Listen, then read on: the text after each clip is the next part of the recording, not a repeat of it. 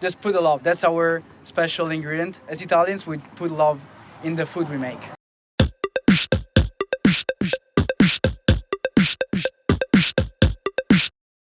Hi everyone, it's Adinda here, back at it again with another episode of How Hard Can It Be? So today we're outside, we're not on campus for the second time ever, and I'm at this restaurant called La Vita e Bella. Obviously it is an Italian restaurant. Today with the Erasmus Italian Association, we are making tiramisu, which is, obviously you guys know, you're probably familiar with what tiramisu is. So I'm really excited to try out and see what this has to offer and how I can make my own tiramisu.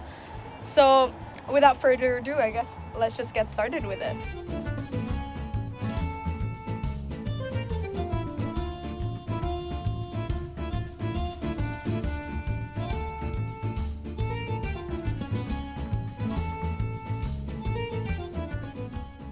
This event basically aims to food discovery, Italian food discovery specifically within international students here in Rotterdam. First of all, you take the eggs, you split them, and you have to separate carefully yellow and white part.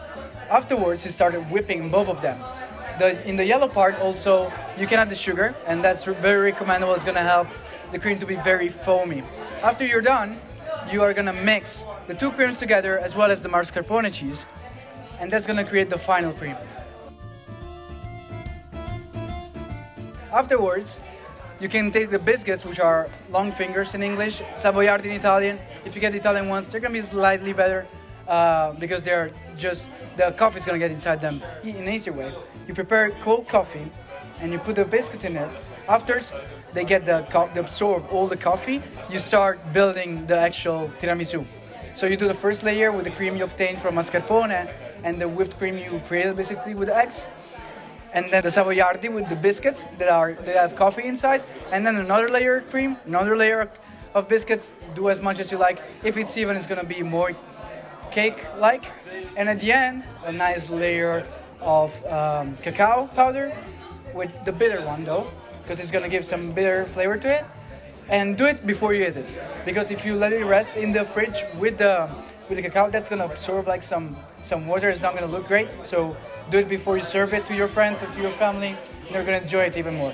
Let it rest 2 hours before you eat it, and then here's how you make tiramisu. So what is the hardest part of making the tiramisu?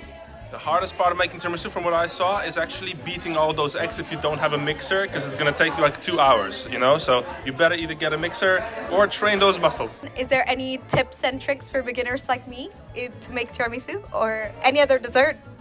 Have fun, first of all. Made it with love. And yeah, be careful with the recipe, but honestly, it's not that complicated. If you're enthusiastic, it's gonna be delicious, honestly. Just put the love. That's our special ingredient. As Italians, we put love in the food we make. So I just finished doing the tiramisu workshop. As you can see, I have my tiramisu in here.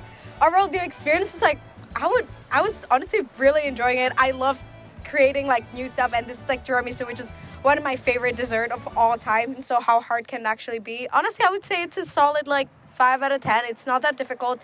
Just because, note this, just because I didn't have to mix it on my own, okay? If I actually do and I don't have a mixer, that would be solid like a 10 out of 10. Like, it would be too difficult for me probably because I don't have any arm strength. But honestly, I can't wait to go home and just have dinner and enjoy this tiramisu that I just made. See you guys.